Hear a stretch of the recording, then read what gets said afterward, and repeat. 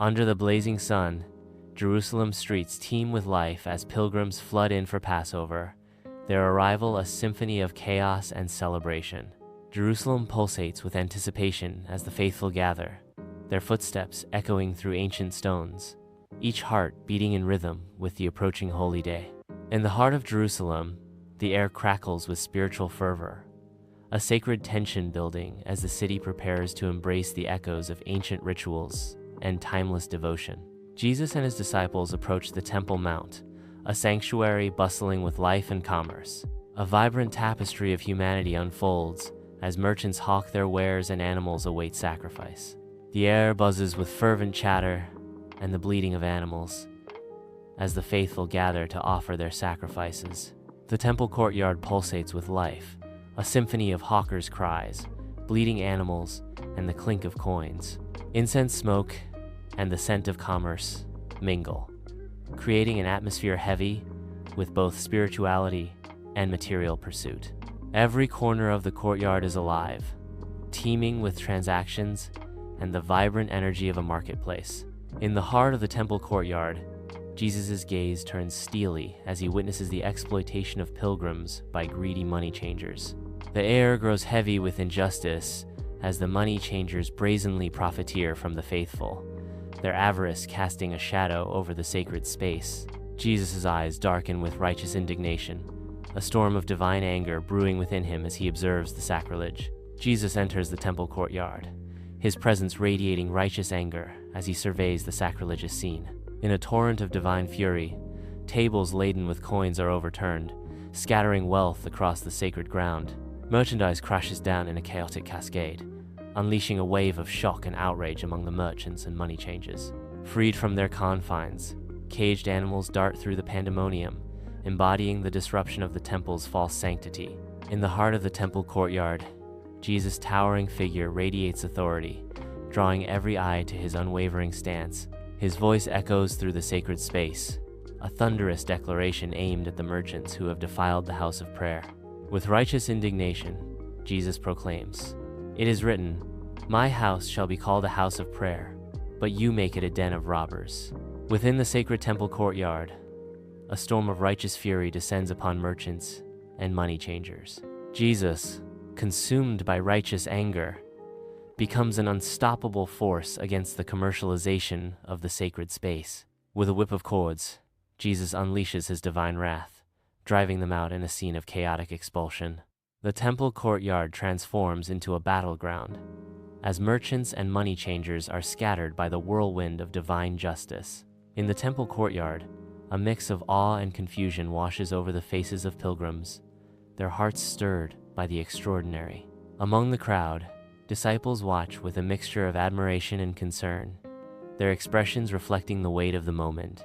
The courtyard pulses with a palpable tension, a crossroads where faith and fear collide.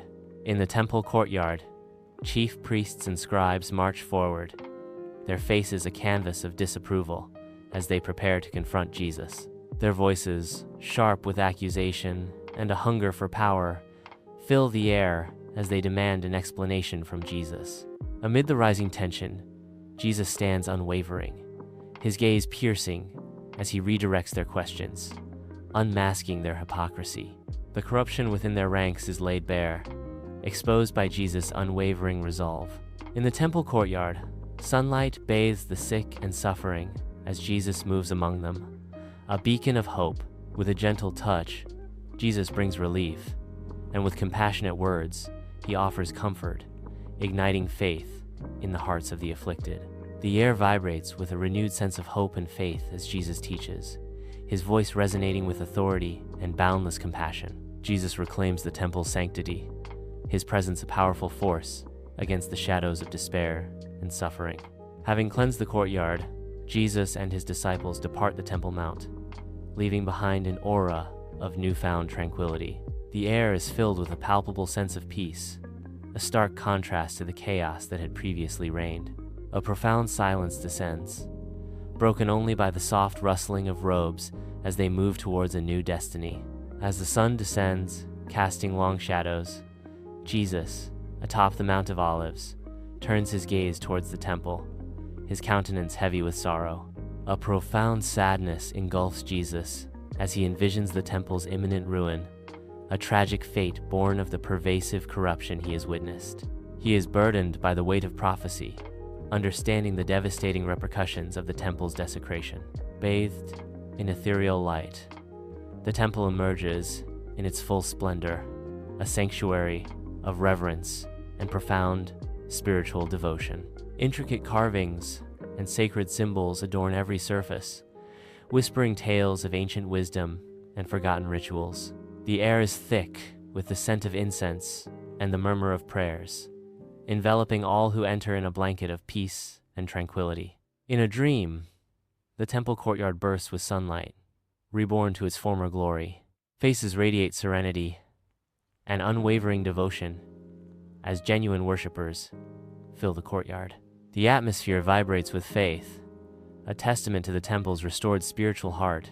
Word of Jesus' deeds ripples through Jerusalem's ancient streets, igniting a fervent mix of awe and animosity in the hearts of its inhabitants. Admiration blossoms among some, their faces reflecting hope and reverence as they whisper tales of miracles and compassion. Yet, resentment festers in others, their eyes gleaming with suspicion and disdain as they plot to undermine the growing influence of the enigmatic figure.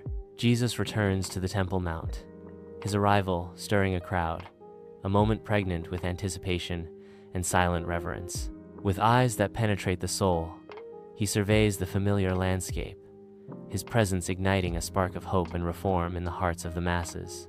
His voice, a beacon of truth, cuts through the stagnant air, challenging the established order and echoing his unwavering commitment to change. His words, like a hammer against stone, shatter the complacency of the religious authorities, solidifying his role as a reformer.